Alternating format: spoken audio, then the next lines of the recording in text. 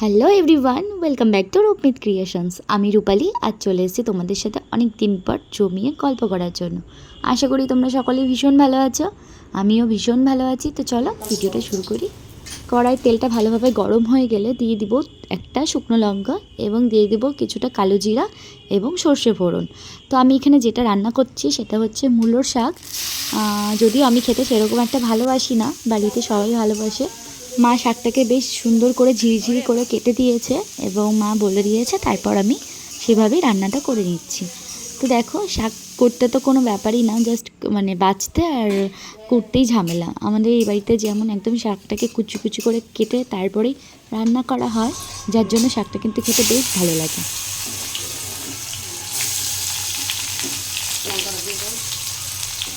আর tomato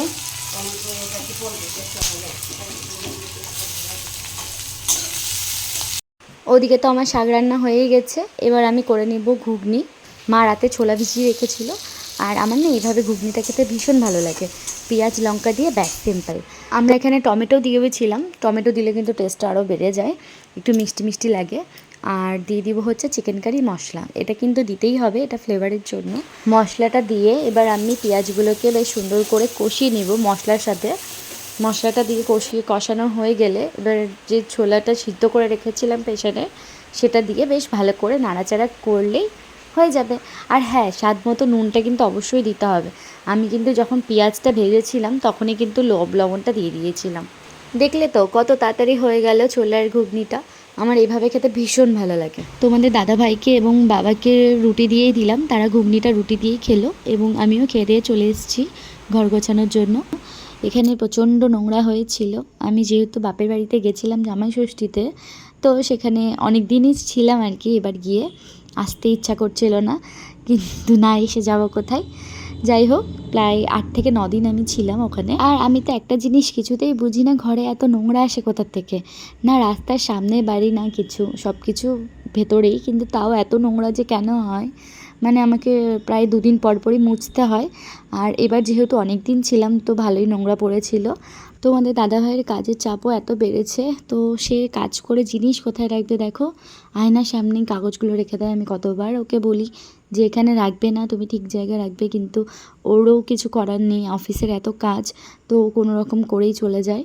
মাঝে মাঝে ভাবি ড্রেসিং টেবিলের কালারটা কেন যে আমি হোয়াইট কালারটা চুজ করলাম। আমি যদি আগে জানতাম এতটা নোংরা হবে।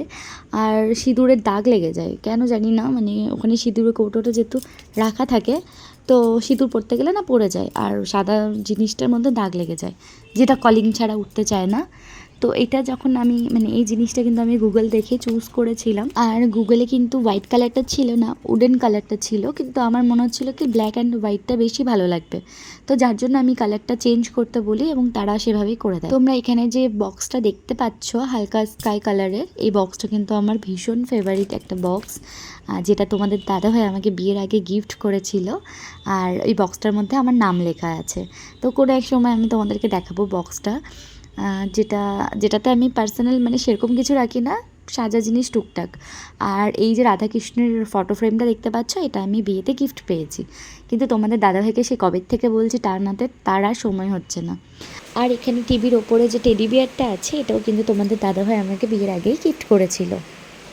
তো আমাদের দাদাভাইয়ের কিন্তু ঘর সাজানোর ভীষণ শখ। তোমরা এখানে যে টেবিলের ওপরে রোবটটা দেখতে পাচ্ছ, এটা কিন্তু একটা লাইটিং, যেটা তোমাদের দাদাভাই ফ্লিপকার্ট থেকেই অর্ডার করেছিল। জিনিসটা কিন্তু ভীষণ সুন্দর, লেজার লাইট টাইপের অনেকটা। এটাকে না আমি বসাতেই পারছিলাম না, আমি যতবার বসাচ্ছিলাম বারবার খালি পড়েই যাচ্ছিল। একবার তো সত্যি ভয়ই পেয়ে গেছি, ভাবলাম এই বুঝি ছিঁড়ে গেল, নতুন জিনিসটা অর্ডার করলো, আর যদি আমার হাতে কিছু হয় তাহলে কেমন একটা লাগে না। আমার এই পুচকু হাঁসগুলোকে তোমাদের কেমন লাগে? আমার তো ভীষণ ভালো লাগে, এত কিউট কিউট না। মেলা থেকে কিনেছিলাম, আমাদের ওখানে বিশাল বড় একটা মেলা হয়, তো সেখান থেকেই নিয়েছিলাম। আমার ভীষণ পছন্দ হয়েছিল হাঁসগুলো। ঘরে যখন কোনো বাচ্চা আসে, এই ধরো পাড়ার বৌদির ছেলেরা বা কোনো পিস্তাতো ভাই বোনরা, তো সবাই এসেই আগে হাঁসগুলোর উপরে অ্যাটাক করে। কতবার ভাবি তোমাদের সাথে ডেলি ভ্লগটাই শেয়ার করব, কিন্তু আর হয়ে ওঠে না। যদি ক্যামেরা করার কেউ থাকতো তাহলে অবশ্যই হতো। তোমাদের দাদাভাইকে যে বলবো, তার তো একদমই টাইম নেই, অফিস ডিউটি বাড়ি করতে করতেই তার সময় চলে যায়, খাওয়ার টাইম পায় না, আমার ক্যামেরা কী করে দেবে। যারা ডেলি ভ্লগ দেয় আমার খুব ভালো লাগে তাদের ভ্লগটা দেখতে, তো সেরকম করতেও ইচ্ছা হয় কিন্তু আর হয়ে ওঠে না। আর তারপরে এডিটিংয়ের ব্যাপারও আছে, মানে সবসময় ইচ্ছেও হয় না, তো যখন ইচ্ছা হয় তখন আমি করে নিই। সব কিছু পরিষ্কার করে এবার আমি সবগুলো ঘর ঝাড়ু দিয়ে দিব। এর মাঝখানে আমাকে ফ্লিপকার্ট থেকে ফোন করে, আমি কিছু গ্রসারি অর্ডার দিয়েছিলাম, তো যেই পার্সেলটা আসে আর কি, তো এখানে আমি পার্সেলটা রিসিভ করে নিই। আর এরই মাঝখানে চলে আসে আমার একটা অর্ডার, যেটা আমি অনেক দিন আগে দিয়েছিলাম একটা দিদির কাছে। তো দিদির মানে কিছু শরীর খারাপের জন্য আমাকে ঠিক টাইম মতো ডেলিভার করতে পারেনি, তবে আজকে করেছে, তো আমি ভাবলাম তোমাদের সাথেও শেয়ার করে দিই।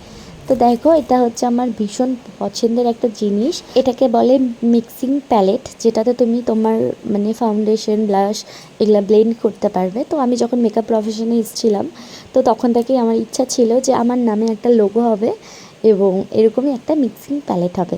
তোমরা এখানে ভাবতেই পারো আমি দুটো একই প্যালেট নিয়ে কি করব। তো দুটো প্যালেট আমি অর্ডার করিনি, আমি একটাই করেছিলাম, কিন্তু দিদিটার একটা ভুল হয়েছিল বলে দিদি আবার ট্রাই করে এবং আমাকে দুটোই পার্সেল করে দেয়।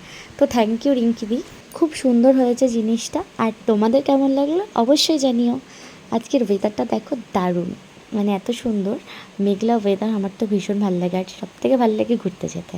আর এখানে কিছু ফুলের গাছ দেখতে পাচ্ছ তোমরা, যেটা আমি বাবার বাড়ির থেকে এনেছিলাম এবং গাছগুলো মনে হয় হয়ে গেছে। তো চলো, ভিডিওটা আজকের মতো এখানেই শেষ করছি, দেখা হবে নেক্সট ভিডিওতে, টাটা।